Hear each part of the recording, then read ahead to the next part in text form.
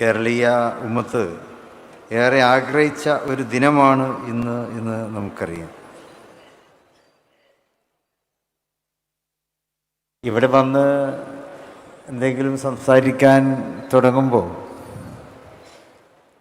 ആ സംസാരം വെറും വാക്കുകളിലൂടെ ആവില്ല,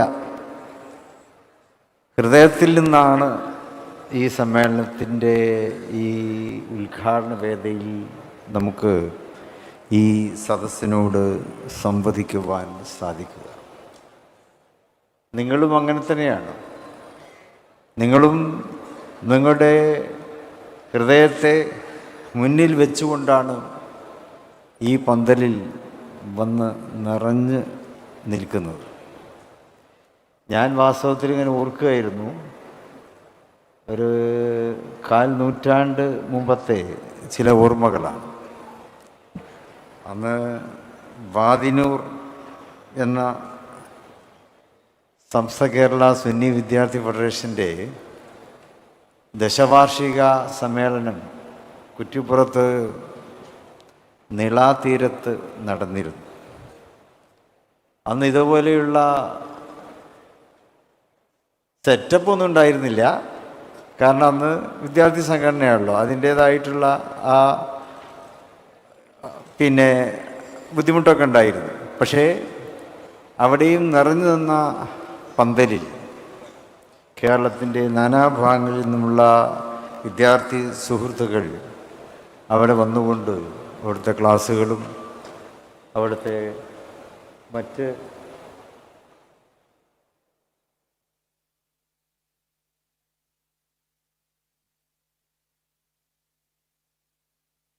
ഉത്ബോധനങ്ങളും അതൊക്കെ കേൾക്കുന്നതിന് വേണ്ടി അവിടെ വന്നു. 3-4 ദിവസങ്ങളിൽ ഞങ്ങൾ അവിടെയൊക്കെ തന്നെ ഉണ്ടായിരുന്നു. ആ പന്തലിലിങ്ങനെ അങ്ങോട്ടും ഇങ്ങോട്ടുമൊക്കെ നടന്നതും അവിടെ എല്ലാവരുമായും സ്വീകരിച്ചതും എല്ലാവരോടും സൗഹൃദം പങ്കിട്ടതുമൊക്കെ ഈ വേദിയിൽ നിന്നുകൊണ്ട് ഞാനിങ്ങനെ ഓർക്കുകയാണ്. ഇവിടെയും നിങ്ങളുടെ ഒപ്പം ഒന്ന് ഇരിക്കാനൊക്കെ ആഗ്രഹമില്ലാഞ്ഞിട്ടല്ല, പക്ഷേ ഇപ്പോൾ അങ്ങനെ വരാൻ ബുദ്ധിമുട്ടാണല്ലോ, അതുകൊണ്ടാണ്. ഏതായാലും മനസ്സ് എപ്പോഴും ഈ സദസ്സിനോടൊപ്പം തന്നെ ഉണ്ട് എന്ന് പറയുവാൻ കൂടി ഞാൻ ഈ സമയം ഉപയോഗപ്പെടുത്തുകയാണ്. നമ്മളൊരു സംഘടനയുടെ വാർഷികമല്ല ആഘോഷിക്കുന്നത്. ഒരു സംഘടനയുടെ വാർഷികം എന്ന് പറയുമ്പോൾ അത് ചിലപ്പോൾ വെറും ഒരു സംഘടന മാത്രമായിരുന്നെങ്കിൽ അത് കുറേ കാലം നിലനിൽക്കുമായിരുന്നില്ല.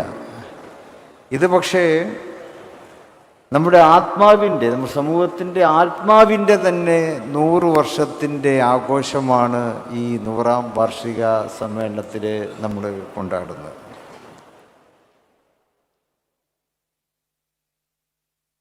മാർഗം നഷ്ടപ്പെടുമോ എന്ന് ഭയപ്പെട്ടിരുന്ന ഒരു സമൂഹത്തിന് മുമ്പിലാണ് യഥാർത്ഥ വഴി, അയിന ത്വരീഖ് എന്ന്, അയിനൽ ഖലാസ് എന്ന് തേടിക്കൊണ്ടിരുന്ന ഒരു സമൂഹം എല്ലാ പ്രയാസങ്ങളും ബുദ്ധിമുട്ടുകളൊക്കെ നേരിട്ട് കൊണ്ടിരിക്കുമ്പോൾ എവിടെയാണ് രക്ഷ, എവിടെയാണ് വഴി എന്ന് ആലോചിച്ചു കൊണ്ടിരിക്കുന്നവരുടെ മുമ്പിലാണ് സമസ്ത കേരള ജമിഅത്തുൽ ഉലമ ഇതാണ് യഥാർത്ഥ വഴി, ഇതാണ് രക്ഷയിലേക്കുള്ള മാർഗം എന്ന് കേരളീയ മുസ്ലിം സമൂഹത്തിന് ബോധ്യപ്പെടുത്തി കൊടുക്കുന്നു. സമസ്ത എന്ന് കേൾക്കുമ്പോൾ തന്നെ നമുക്കൊക്കെ ഓർമ്മ വരുന്നത് എന്താണ്? അതിരാവിലെ ഉമ്മയുടെ കയ്യിൽ നിന്നും 1/2 ഗ്ലാസ് ചായ വാങ്ങി അത് കുടിച്ചുകൊണ്ട് ഉമ്മ എടുത്തു തരുന്ന പുസ്തകവും സ്ലേറ്റും അത് കയ്യിൽ പിടിച്ച് മദ്രസകളിലേക്ക് ഓടുന്ന ശിശുക്കളുടെ അനുഭവമാണ്. നമ്മളൊക്കെ ആ ഒരു കാലഘട്ടം പിന്നിട്ടിട്ടാണല്ലോ. അത് രാവിലെ എണീറ്റ് മദ്രസയ്ക്ക് പോകുന്നു, എല്ലാവർക്കും ആ അനുഭവം ഉണ്ടാവും. അപ്പോൾ സമസ്ത എന്ന് കേൾക്കുമ്പോൾ നമുക്കൊക്കെ ആദ്യ ഓർമ്മകളിൽ വരുന്നത് അത് തന്നെയാണ്. അവിടെ നിന്നാണ് എന്താണ് സമസ്ത എന്ന് മനസ്സിലാക്കുന്നത്. സമസ്ത ചെയ്ത കാര്യങ്ങളുടെ ആ ആദ്യ പാഠങ്ങൾ മദ്രസകളിലൂടെ തന്നെ നമുക്ക് മനസ്സിലാക്കുവാൻ കഴിയും. അപ്പോൾ അതിൻ്റെ എല്ലാം ആ ഓർമ്മകളുടെയൊക്കെ തന്നെ 100-ാം വാർഷികമാണ് നമ്മളിവിടെ ആഘോഷിച്ചു കൊണ്ടിരിക്കുന്നത്. പിന്നെ സമസ്ത എന്ന് പറഞ്ഞൊരു സ്ഥാപനമല്ല, ഒരു സംഘടനയല്ല. This is not a institution, മറിച്ച് ഇതൊരു വിശ്വാസമാണ്. സംസ്ഥ എന്നുള്ളതൊരു വിശ്വാസമാണ്. ജീവനുള്ള കാലത്തോളം ഹൃദയത്തിൽ നമ്മൾ കാത്തു സൂക്ഷിക്കുന്ന, ഹൃദയത്തിലൂടെ നമുക്ക് വഴി കാണിക്കുന്ന വിശ്വാസധാരയാണ് സംസ്ഥ കേരള ജമിയത്തുൽ ഉലമ. നമ്മളതിനെ ചുരുക്ക വാക്കുകളിൽ സമസ്ത എന്ന് വിശേഷിപ്പിക്കുകയാണ്. സമസ്ത എന്ന് പറഞ്ഞാൽ മലയാളത്തിൽ കുറേ അർത്ഥം ഉണ്ടാവും. സമസ്ത, ഓൾ തിങ്സ്, അതാണ് സമസ്ത എന്ന് പറയുമ്പോൾ. പക്ഷെ സമസ്ത എന്ന് കേൾക്കുമ്പോൾ എല്ലാവരും, മലയാളക്കാരും, മലയാളത്തിൽ നമ്മുടെ മുസ്ലിങ്ങളാകട്ടെ, ഇതര സമൂഹങ്ങളാകട്ടെ, അവരൊക്കെ തന്നെ, ഇപ്പോൾ നമ്മളെ മീഡിയ സുഹൃത്തുക്കളാകട്ടെ, അവരും സംസ്ഥ എന്നാണ് എഴുതുന്നത്. അതെന്താ സംസ്ഥ എന്ന് എഴുതിയാൽ അത് സംസ്ഥ കേരള ജമിയത്തുൽ ഉലമയാണ്. അപ്പോൾ അതൊരു വിശ്വാസ ആദർശമായിട്ടാണ്, വിശ്വാസമായിട്ടാണ് അത് നമ്മളൊക്കെ ഉൾക്കൊള്ളുന്നത്. അതുകൊണ്ട് തന്നെയാണ് അത് 100 വർഷവും. ഞാൻ മുമ്പൊക്കെ പറയാറുണ്ട്, ഇത് 100 വർഷം എന്നല്ല, അനേകം പ്രകാശവർഷങ്ങളുടെ ആയുസ്സാണ് സംസ്ഥ വിശ്വാസപരമായി ഓരോ മുസ്ലിമിനും നൽകിക്കൊണ്ടിരിക്കുന്നത്. അതിൽ 100 വർഷം ഒന്നുമല്ല, പ്രകാശവർഷങ്ങളുടെ കണക്കിൽ 100 വർഷം ഒന്നുമല്ല. അപ്പം അനേകം പ്രകാശവർഷങ്ങൾ, ആ വർഷങ്ങളുടെ ആയുസ്സാണ് ഓരോ വിശ്വാസിക്കും സമസ്ത എന്ന ആ വലിയ പ്രസ്ഥാനവും ആ ആദർശവും നമുക്ക് നൽകിക്കൊണ്ടിരിക്കുന്നു. ഇത് വാളുകൊണ്ട് ജയിച്ച പ്രസ്ഥാനമല്ല. വാളുകൊണ്ട് ജയിച്ച പ്രസ്ഥാനമൊക്കെ പുസ്തകങ്ങളിലെ നിലനിൽക്കുള്ളൂ, അല്ലെങ്കിൽ മീഡിയയിലെ നിലനിൽക്കുള്ളൂ,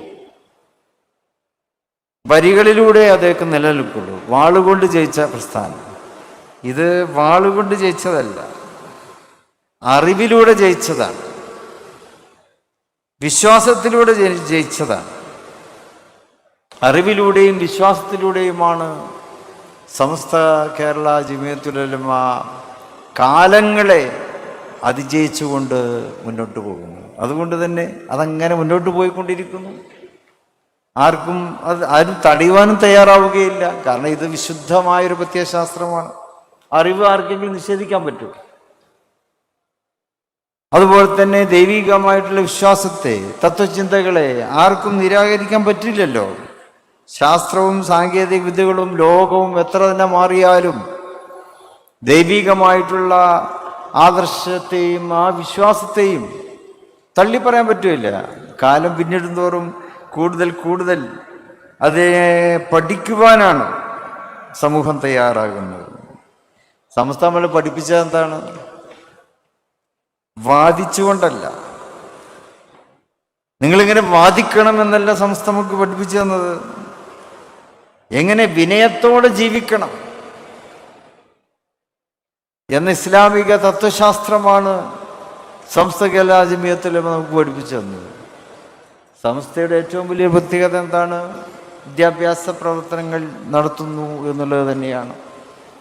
ആ വിദ്യാഭ്യാസ പ്രവർത്തനങ്ങളിലൂടെ കാണിച്ചത് എന്താണ്? അറിവും ആ അറിവിനോടൊപ്പം വിശ്വാസത്തെ, തൗഹീദിലുള്ള വിശ്വാസമാണ്, നന്മകളിലുള്ള വിശ്വാസമാണ്. അതാണ് നമുക്ക് പഠിപ്പിച്ചത്. ആ വഴി എത്രമാത്രം സുന്ദരമായിരുന്നു എന്ന് നമ്മൾ പിറകോട്ട് തിരിഞ്ഞു നോക്കുമ്പോൾ നമുക്കൊക്കെ ബോധ്യപ്പെടുകയാണ്. കാരണം ഒരുപാട് സമൂഹങ്ങൾ ലോകത്തുണ്ട്. പല സമൂഹങ്ങളും കാലിറങ്ങിപ്പോയിട്ടുണ്ട്. ചരിത്രത്തിൻ്റെ ദശാസന്ധികളിൽ പല സമൂഹങ്ങൾക്കും തിരിച്ചു പോകേണ്ടി വന്നിട്ടുണ്ട്. കാരണം എന്താണ്?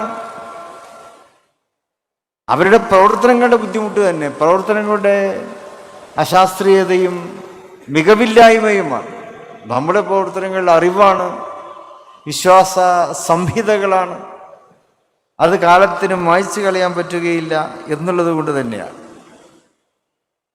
ഇപ്പം നമ്മുടെ മക്കള്, പുതിയ തലമുറ, അവർ നേരിടുന്നത് എന്താണ്? തോക്ക് കൊണ്ടുള്ള ഭീഷണിയല്ല നേരിടുന്നത്. നമ്മുടെ സമൂഹം ഇന്ന് നേരിടുന്ന ഭീഷണി അവർക്ക് മുമ്പിൽ തോക്ക് ചൂണ്ടി അവരെ പേടിപ്പെടുത്തുന്ന ആൾക്കാരുണ്ട് എന്നല്ല, അതൊക്കെ മറികടക്കാൻ നമ്മുടെ കുട്ടികൾക്ക് കഴിഞ്ഞിട്ടുണ്ട്. അതിനൊക്കെ അതിജീവിക്കുവാനുള്ള മാർഗം ആ തോക്ക് കൊണ്ടുവരുന്നവനെ അതിനു മുമ്പ് തന്നെ പിന്തിരിപ്പിച്ചോടാനുള്ള സാങ്കേതിക വിദ്യയൊക്കെ പുതിയ തലമുറ കൈവരിച്ചിട്ടുണ്ട്. പക്ഷെ അവർ നേരിടുന്ന ഏറ്റവും വലിയ വെല്ലുവിളി എന്താണ്? വിചാരങ്ങളെയാണ്. വിചാരങ്ങളിലൂടെയാണ് അവർ പരീക്ഷിക്കപ്പെടുന്നത്, ചിന്തകളിലൂടെയാണ് അവർ പരീക്ഷിക്കപ്പെടുന്നത്. പ്രത്യയശാസ്ത്രത്തിന്റെ പേരിൽ കടന്നു വന്നുകൊണ്ടിരിക്കുന്ന ആദർശ വ്യതിയാനങ്ങളാണ് അവരെ പരീക്ഷിച്ചുകൊണ്ടിരിക്കുന്നത്. അവിടെയാണ് സമസ്ത കേരള ജമിയത്തുൽ ഉലമ എന്ന ആദർശ പ്രസ്ഥാനം, ആ പ്രതിരോധത്തിൻ്റെ ശക്തിയും ആ പ്രതിരോധത്തിൻ്റെ ആവശ്യകതയും അവിടെയാണ് നമുക്ക് ചൂണ്ടിക്കാണിക്കുവാൻ കഴിയുന്നത്. അപ്പം അതുകൊണ്ട് സമസ്തയെ രക്ഷിക്കേണ്ടത് നമുക്ക് വേണ്ടിയല്ല. നമ്മളൊക്കെ ജീവിക്കുന്ന ഈ ഒരു സമൂഹത്തിന് സമസ്ത എന്നോ രക്ഷ നൽകിയിട്ടുണ്ട്. നമ്മളൊക്കെ ചെറുപ്പകാലം തൊട്ട് തന്നെ അതിൽ പ്രവർത്തിക്കുന്നത് കൊണ്ട് നമുക്ക് അതിന് രക്ഷ കിട്ടിയിട്ടുണ്ട്. ഇനി ഇതിനെ നിലനിർത്തേണ്ടത് നമ്മുടെ മക്കളെ രക്ഷപ്പെടുത്താനാണ്. അതാണ് നമ്മൾ മനസ്സിലാക്കേണ്ടത്. വരാനിരിക്കുന്ന, ഇനി ജനിക്കുന്ന നമ്മുടെ മക്കൾ, പുതിയ തലമുറ, വരാനിരിക്കുന്ന ആ സമൂഹം, ആ സമൂഹത്തെ രക്ഷപ്പെടുത്തണം. ആ സമൂഹത്തിനെ നേരിടാനുള്ളത് ഇന്ന് നമ്മൾ കാണുന്ന കാര്യങ്ങളല്ല. ഇപ്പം നമ്മൾ IT-യിലും റോബോട്ടിക്കിലും ഒക്കെ എത്തിയിട്ടുള്ളൂ, AI-യിലൊക്കെ എപ്പോൾ എത്തിയിട്ടുള്ളൂ. ഇനി കുറച്ചുകൂടി കഴിഞ്ഞാൽ ഇതിലും അഡ്വാൻസ്ഡ് ആയിട്ടുള്ള കാര്യങ്ങൾ ലോകത്ത് വരും. അതിനായിരിക്കും അവർക്ക് നേരിടേണ്ടി വരിക. അപ്പൊ അവിടെ വിശ്വാസത്തിൽ ഊന്നി നിന്നുകൊണ്ട് പ്രതിരോധിക്കേണ്ടി വരും. അപ്പൊ ആ വിശ്വാസത്തെ അവർക്ക് പഠിപ്പിച്ചു കൊടുക്കുന്നത് സംസ്ഥയാണ്. അതവർക്ക് പഠിപ്പിച്ചു കൊടുക്കണമെങ്കിൽ ഈ പ്രസ്ഥാനം ഇവിടെ നിലനിൽക്കേണ്ടതുണ്ട്. അതുതന്നെയാണ് നമുക്ക് ചെയ്യുവാനുള്ളത്. ഇന്നിപ്പോൾ ഇവിടെ ഈ ക്യാമ്പിലൂടെ നിങ്ങൾക്കൊക്കെ നൽകപ്പെടുന്ന വലിയ സന്ദേശവും അതുതന്നെയാണ്. ഇവയെ മഹത്തുക്കളായിട്ടുള്ള പണ്ഡിത ശ്രേഷ്ഠന്മാരുടെ ക്ലാസ്സുകളുണ്ട്. 3 ദിവസങ്ങളിലായി വിവിധ വിഷയങ്ങൾ ഇവിടെ കൈകാര്യം ചെയ്യപ്പെടുകയാണ്. നമുക്കറിയാലോ, 19-ാം നൂറ്റാണ്ടിൻ്റെ അവസാനം സാമ്രാജ്യത്വ ശക്തികളൊക്കെ ശക്തി പ്രാപിച്ചൊരു കാലമായിരുന്നു. അവരുടെ മേധാവിത്വം ലോകത്തിൻ്റെ നാനാഭാഗങ്ങളിലും ഉയർന്നു വന്നു. അവർ വിചാരിക്കുന്നതായിരുന്നു അന്ന് ലോകം, പ്രത്യേകിച്ച് കൊളോണിയൽ വ്യവസ്ഥ, അതൊക്കെ അന്നാണ് ഉണ്ടായിട്ടുള്ളത്. സാമ്രാജ്യത്വത്തിൻ്റെ ആ ഒരു വലിയ മുഷ്കിന് മുമ്പിൽ ലോകം മുട്ടുമടക്കിയിരുന്നൊരു കാലം 19-ാം നൂറ്റാണ്ടിൻ്റെയൊക്കെ ആരംഭത്തിൽ, 18-ാം നൂറ്റാണ്ടിൻ്റെ അവസാനം അത് ലോകത്ത് നിലനിന്നു. പല ഇസ്ലാമിക ഭരണകൂടങ്ങളും അന്ന് ഇല്ലാതായി എന്നുള്ളതാണ്. ആ കുത്തൊഴുക്കിൽ, ആ കടന്നുവരവിൽ പല ഇസ്ലാമിക ഭരണങ്ങളും ലോകത്ത് നിന്ന് തന്നെ നിഷ്കാസനം ചെയ്യപ്പെട്ടു എന്നുള്ളതാണ്. അപ്പം അത് പല വിധത്തിലുള്ള വ്യതിയാനങ്ങൾക്കും മരുന്നിട്ടു.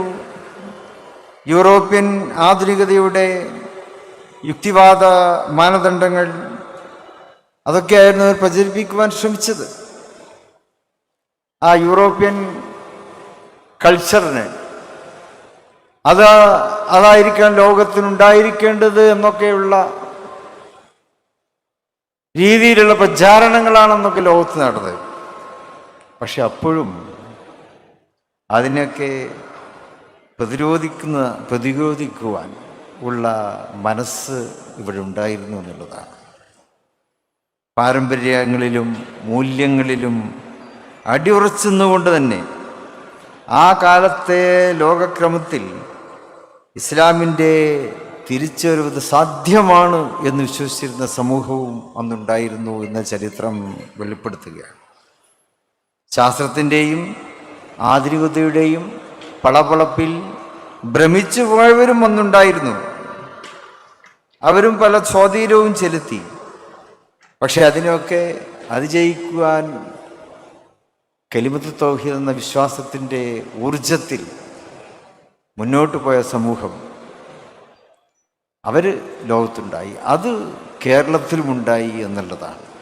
കേരളത്തിൽ നമുക്കറിയാം ഇസ്ലാമികമായിട്ടുള്ള പ്രത്യയശാസ്ത്രം ഇവിടെ കടന്നു വന്നത് റസൂൽ സല്ലല്ലാഹു അലൈഹി വസല്ലം നേരിട്ടാണ്.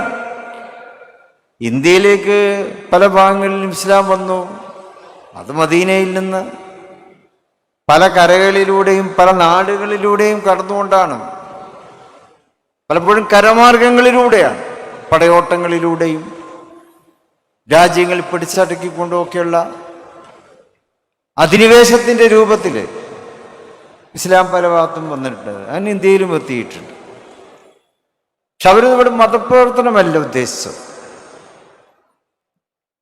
എന്നാൽ അവര് പേരുകൊണ്ട് ഇസ്ലാമിൻ്റെ പ്രത്യയശാസ്ത്രം അത് പ്രതിദാനം ചെയ്യുന്നവരായിരുന്നു.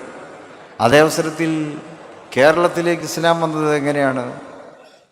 അത് പരിശുദ്ധ പ്രവാചകൻ സല്ലല്ലാഹു അലൈഹി വസല്ലമയുടെ ആ തിരു കാലഘട്ടത്തിൽ തന്നെ മാലിക്കുൽ ദീനാർ റളിയല്ലാഹു അൻഹുവിലൂടെ ഇങ്ങോട്ട് കടന്നു വന്നു എന്നുള്ളതാണ്. അവിടുത്തെ യഥാർത്ഥ ജീവിത രീതികളുമായിട്ട് അത് കേരളത്തിലേക്ക് വന്നു. കേരളീയ സമൂഹം അത് ഉൾക്കൊണ്ടു. ഏറ്റക്കുറച്ചിലുകൾ കൂടാതെ അത് മനസ്സുകൊണ്ട് സ്വീകരിച്ചു. അന്ന് ഇവിടെ ഉണ്ടായിരുന്ന ഹൈന്ദവ സമൂഹങ്ങൾ അവരും കേരളത്തിലേക്ക് വന്ന ഇസ്ലാമിക പ്രബോധകരെ സ്വീകരിച്ച ചരിത്രമാണ്. ഇന്ന് പലരും അകൽച്ചയുടെയും വിദ്വേഷത്തിൻ്റെയും എതിർപ്പിൻ്റെയും മരണമഴി മുഴക്കിക്കൊണ്ടിരിക്കുന്ന ഈ കാലത്ത് നമുക്ക് ഓർമ്മിക്കുവാൻ കഴിയുന്നത്, നമുക്ക് ഓർത്തെടുക്കേണ്ടത് മാലിക്കുദ്ദീനും സംഘവും കൊടുങ്ങല്ലൂരിൽ കപ്പലിറങ്ങിയപ്പോൾ അവരെ സർവാത്മന സ്വീകരിച്ച അവിടുത്തെ ഹൈന്ദവ രാജാക്കന്മാരുടെ സമൂഹമായിരുന്നു. അവർ ഗോബാക്ക് വിളിച്ചില്ല, മറിച്ച് ഇളനീർ നൽകി അവരെ സ്വീകരിച്ചു. ആലിംഗനം ചെയ്തുകൊണ്ട് അവരെ സ്വീകരിച്ചു. ഇസ്ലാമിന്റെ പ്രബോധനത്തിലാണ് ഇവർ വരുന്നത് എന്ന് അറിഞ്ഞിട്ട് തന്നെ അവരെ സ്വീകരിക്കുകയാണ് ഇവിടുത്തെ ഹൈന്ദവ സമൂഹം തയ്യാറായത് എന്നുള്ളത് ഈ കാലഘട്ടത്തിൽ നമുക്ക് ഏറെ സന്തോഷത്തോടെ ആശയോടെ ഓർമ്മിക്കുവാൻ കഴിയുന്ന കാര്യങ്ങളാണ്. അങ്ങനെ മാലിക് ദീനാർ, അതുപോലെ തന്നെ മക്തൂമുമാർ, മമ്പുറം സെയ്ദ് അലവി, മൗലദ്ദവീല തങ്ങളവറുകൾ, ഉമർ ഖാളി റഹ്മത്തുള്ളാഹി അലൈഹി തുടങ്ങിയിട്ടുള്ളവരിലൂടെ ഇസ്ലാമിൻ്റെ പരിലാളനം കേരളീയ സമൂഹത്തെ പ്രകാശമാനമാക്കി എന്നുള്ളതാണല്ലോ ചരിത്രം നമുക്ക് കാണിച്ചു തരുന്ന വസ്തുതകൾ. അപ്പം ആ ചരിത്ര പശ്ചാത്തലങ്ങളെ മറവിക്ക് വിട്ടുകൊടുക്കാതെ അതിനെ നമുക്ക് എങ്ങനെയെല്ലാം പുതിയ കാലഘട്ടത്തിൽ പുതിയ സമൂഹത്തിന് പറഞ്ഞു കൊടുക്കുവാൻ കഴിയുമെന്നുള്ളത് തന്നെയാണ് ഈ ക്യാമ്പിലെ വിവിധ വിഷയങ്ങളിലൂടെ നമുക്കിവിടെ ചർച്ച ചെയ്യുവാനുള്ളത്. കേരളത്തിലെ വിദ്യാഭ്യാസ പ്രവർത്തനങ്ങൾ അത് സംസ്ഥ ഏറ്റവുമേറെ പ്രാധാന്യം കൊടുത്ത ഒന്നായിരുന്നല്ലോ മദ്രസ വിദ്യാഭ്യാസം. ആദ്യഘട്ടങ്ങളിൽ മതവിദ്യാഭ്യാസത്തിനാണ് പ്രാമുഖ്യം കൊടുത്തത്. സംസ്ഥയുടെ സമ്മേളനങ്ങളും മറ്റും നടത്തുന്നതോടൊപ്പം തന്നെ മദ്രസകൾ സ്ഥാപിക്കാൻ, ദർസുകൾ സ്ഥാപിക്കുവാൻ, അതിനെ പരിരക്ഷിക്കുവാൻ പണ്ഡിതന്മാരും ഉമറാക്കളും ചേർന്ന് നിന്ന് തന്നെ പ്രവർത്തിച്ചു എന്നുള്ളതാണ്. മഹാനായ സയ്യിദ് അബ്ദുറഹ്മാൻ ബാഫി തങ്ങളെപ്പോലെയുള്ള പൊതുജന സ്വീകാര്യതയുള്ള സയ്യിദ് PMS തങ്ങളെപ്പോലെയുള്ള പൊതുജന സ്വീകാര്യതയും ജനകീയമായുള്ള പിന്തുണയുമുള്ള മഹത്തുക്കൾ അവരും സംസ്ഥയോടൊപ്പം ചേർന്നു. അതൊരു വലിയ സ്വീകാര്യതയായി മാറി. അവരുടെ ആ ചേർന്നിരിപ്പ് ആ മഹത്തുക്കളുടെയും പണ്ഡിത സമൂഹത്തിൻ്റെയും ചേർന്നിരിപ്പ് മതവിദ്യാഭ്യാസ പ്രവർത്തനങ്ങളെ കൂടുതൽ ഇവിടെ വളർത്തുവാനും പരിപാലിക്കാനൊക്കെയുള്ള സാഹചര്യങ്ങൾ ഉണ്ടാക്കി. അതിലൂടെ അറിവിൻ്റെ ആ വലിയ പ്രകാശം കേരളത്തിൻ്റെ നാനാ ദിക്കുകളിലേക്കും എത്തിച്ചു കൊടുക്കുവാൻ അവർക്ക് കഴിഞ്ഞു എന്നുള്ളത് തന്നെയാണ്. മതവിദ്യാഭ്യാസ രംഗത്ത് ആ ഒരു മുന്നേറ്റത്തിന് ശേഷം സമന്വയ വിദ്യാഭ്യാസത്തിലും സംസ്ഥ കേരള ജമിയത്തുൽ ഉലമ വലിയ പങ്ക് വഹിച്ചു എന്നുള്ളതാണല്ലോ. മദ്രസയോടൊപ്പം തന്നെ പുതിയ വിദ്യാഭ്യാസ സംവിധാനങ്ങൾക്ക് രൂപം കൊടുക്കുവാൻ കഴിഞ്ഞു. ഇവിടെ കേരളത്തിലേതുപോലെ ആ സമന്വയ വിദ്യാഭ്യാസത്തിനുള്ള ഉജ്ജ്വലമായ സ്ഥാപനങ്ങൾ ലോകത്ത് മറ്റൊരിടത്ത് നമുക്ക് കാണുവാൻ കഴിയുകയില്ല. ഞാൻ അതിൻ്റെ പേരെടുത്ത് പറഞ്ഞുകൊണ്ട് ഇനിയിപ്പോൾ ഞാൻ ഏതെങ്കിലും പേര് വിട്ടുപോയാൽ പിന്നെ അത് വിവാദമാകുമെന്ന് വിചാരിച്ചിട്ട് ഞാൻ ആ സ്ഥാപനങ്ങളുടെ പേരൊന്നും പറയുന്നില്ല. പക്ഷെ അവരൊക്കെ ആ സ്ഥാപനങ്ങളൊക്കെ മുന്നോട്ട് വെക്കുന്ന ലക്ഷ്യം, സമന്വയ വിദ്യാഭ്യാസത്തിൻ്റെ ലക്ഷ്യം, അത് മുസ്ലിം സമൂഹത്തിൻ്റെ അപകർഷതാബോധം ഇല്ലാതാക്കി അവർക്ക് ഏത് സമൂഹത്തിൽ ഏത് കാലഘട്ടത്തിൽ ഏത് ജനതയോടും സംവദിക്കാവുന്ന തരത്തിൽ അവരെ മാറ്റിയെടുത്തു എന്നുള്ളതാണ്. ഇന്ന് ലോകത്തിൻ്റെ ഏത് ഭാഗത്ത് നോക്കിയാലും കേരളക്കാരായ പണ്ഡിതന്മാരെ നമുക്ക് കാണുവാൻ കഴിയും. പ്രത്യേക യുവ പണ്ഡിതന്മാരെ കാണാവൂ. അതൊക്കെ ഇന്ത്യൻ നഗരങ്ങളിൽ മാത്രമല്ല, സാധാരണ ഇതിൽ നമ്മൾ ഗൾഫ് രാജ്യങ്ങളിലൊക്കെയുള്ള ഉണ്ടാവുകയെന്ന് വിചാരിക്കുക. ഗൾഫിലും അല്ല, യൂറോപ്പിലുണ്ട്, അമേരിക്കയിലുണ്ട്, ജപ്പാനിലുണ്ട്, ഓസ്ട്രേലിയയിലുണ്ട്, ആഫ്രിക്കൻ രാജ്യങ്ങളിലുണ്ട്. അവിടെയൊക്കെ തന്നെ സമസ്തയുടെ തന്നെ നേതൃത്വത്തിന് കീഴിൽ പഠിച്ച, അവിടുന്ന് ബിരുദം നേടിയ വിദ്യാർത്ഥികൾ ആ യോഗ്യത കൊണ്ട് ഫേസ്ബുക്കിൽ വർക്ക് ചെയ്യുന്നുണ്ട്, സിലിക്കൺ വാലിയിൽ വർക്ക് ചെയ്യുന്നുണ്ട്, ആപ്പിളിൽ വർക്ക് ചെയ്യുന്നുണ്ട്, ശാസ്ത്ര സാങ്കേതിക സ്ഥാപനങ്ങളിലൊക്കെ അവർ വർക്ക് ചെയ്യുന്നു, BBC-യിൽ വർക്ക് ചെയ്യുന്നു. ഇപ്പൊ ലോകത്തെ എണ്ണപ്പെട്ട വിശ്രുതമായ അഡ്വാൻസ്ഡ് ആയിട്ടുള്ള ഏത് മേഖലയിലും ഒരുവിധ ഇടർച്ചയും പതർച്ചയും കൂടാതെ സംസ്ഥയുടെ സ്ഥാപനങ്ങളിൽ പഠിച്ച വിദ്യാർത്ഥികൾക്ക്, യുവാക്കൾക്ക് മുന്നേറുവാൻ കഴിഞ്ഞിട്ടുണ്ട്. അത് വിദ്യാഭ്യാസ മേഖലയിൽ സമസ്ത കാഴ്ചവെച്ചിട്ടുള്ള ഏറ്റവും സുപ്രസിദ്ധമായിട്ടുള്ള കാര്യങ്ങളാണ്. അപ്പോൾ അവയൊക്കെ വീണ്ടും വീണ്ടും അതിനെ പ്രോത്സാഹിപ്പിച്ചുകൊണ്ടും വളർത്തിക്കൊണ്ടും നമുക്ക് മുന്നോട്ട് പോകേണ്ടതുണ്ട്.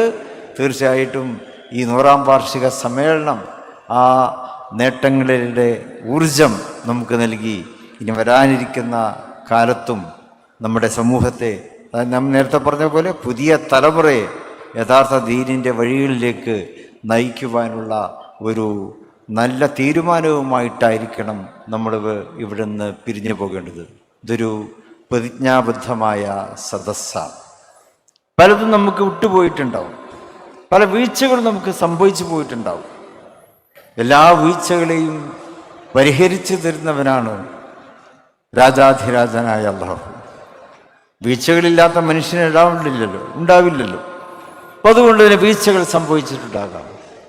ആ വീഴ്ചകളെ എണ്ണിപ്പറഞ്ഞ് അള്ളാഹിന് മുമ്പിൽ പശ്ചാത്താപബോധത്തോടെ നമുക്കിനിയും മുന്നോട്ട് പോകുവാൻ കഴിയും. അള്ളാഹുവിൻ്റെ മുമ്പിൽ വീഴ്ച എണ്ണിപ്പറയുന്നവനെ അള്ളാഹു തള്ളിക്കളയുകയില്ല. അവനത് ഇഷ്ടമാണ്. അവനോട് തൂബു ഇലല്ലാഹ് എന്ന് അള്ളാഹു പറഞ്ഞു. അങ്ങനെയുള്ളവർക്ക് പുറത്തു കൊടുക്കേണ്ടത് എൻ്റെ കടമയാണ് എന്നും രാജാധിരാജനായ അള്ളാഹു പറയുകയാണ്. അപ്പം അതുകൊണ്ട് തന്നെ തെറ്റുകുറ്റങ്ങളും വീഴ്ചകളുമൊക്കെ വന്നു പോയിട്ടുണ്ടെങ്കിൽ അതിനൊക്കെ അള്ളാഹുവിൻ്റെ പേരിൽ അതിനെയൊക്കെ മറന്നുകൊണ്ട് അള്ളാഹുവിനോട് കേണപേക്ഷിച്ചുകൊണ്ട് ശുദ്ധ ഹൃദയത്തോടെ നമുക്കിനിയും നമ്മുടെ പ്രവർത്തനങ്ങളിലൂടെ മുന്നോട്ട് പോകാം. ലോകത്തിൻ്റെ പല രാജ്യങ്ങളിലും ഇസ്ലാം മുന്നേറിയിട്ടുണ്ട്. ഒരു കാലത്ത് കൊർദോവ, ബഗ്ദാദ്, യൂറോപ്പിലെ ഗ്രാനഡ, അതൊക്കെ തന്നെ ഇസ്ലാമിക പൈതൃകത്തിൻ്റെ ഉജ്ജ്വലമായിട്ടുള്ള കേന്ദ്രങ്ങളായിരുന്നു. വിദ്യാഭ്യാസവും ശാസ്ത്രവും ഗവേഷണവും എല്ലാം നടന്ന കേന്ദ്രങ്ങൾ. അതിൻ്റെ ചൂട് പിടിച്ചുകൊണ്ട് ഒരുപാട് നഗരങ്ങൾ ലോകത്തുണ്ടായി. പക്ഷെ ഇന്നൊന്നും കാണുന്നില്ല. ഇന്നവയൊക്കെ മാറിപ്പോയിരിക്കുന്നു. എന്തുകൊണ്ട്?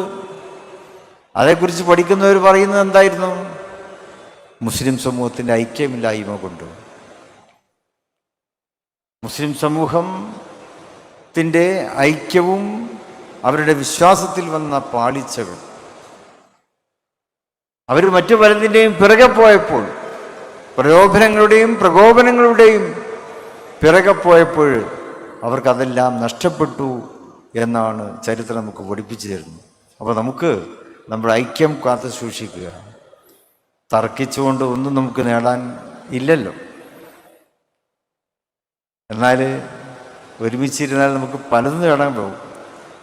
പിന്നെ ഭിന്നിച്ചിരിക്കുന്നതിനേക്കാളും ഭിന്നിക്കാനുണ്ടാകുന്നതിനേക്കാളും 1000 കാരണങ്ങൾ നമുക്ക് ഒന്നിക്കുവാനുണ്ട് എന്നുള്ളതാണ്. പക്ഷെ പലപ്പോഴും നമ്മളത് മറന്നു പോവുകയാണ്. നമ്മൾ ഓർക്കേണ്ടതാണ്, ഭിന്നിക്കുന്നതിനേക്കാളും 1000 കാരണങ്ങൾ നമുക്ക് ഒരുമിച്ച് ഇരിക്കുവാനുണ്ട്. അതൊക്കെ ഓർമ്മിക്കുവാനാണ് ഇതുപോലെയുള്ള ഇരുത്തങ്ങൾ, ഇതുപോലെയുള്ള സദസ്സുകൾ, ഇതുപോലെയുള്ള നമ്മുടെ സംഗമങ്ങളിൽ നിന്ന് മനസ്സിലാക്കി നമുക്ക് ഒറ്റക്കെട്ടായി ഇനിയും വീഴ്ചകളിലേക്ക് പോകാൻ നമ്മളെ തന്നെ അനുവദിക്കാതെ. കാരണം സമസ്തയുടെ വിജയം എന്നുള്ളത് അത് സമൂഹത്തിൻ്റെ വിജയമാണ്. ഇന്ന് കേരളം മത സൗഹാർദ്ദത്തിൻ്റെ ഉജ്ജ്വല കേന്ദ്രമാണല്ലോ.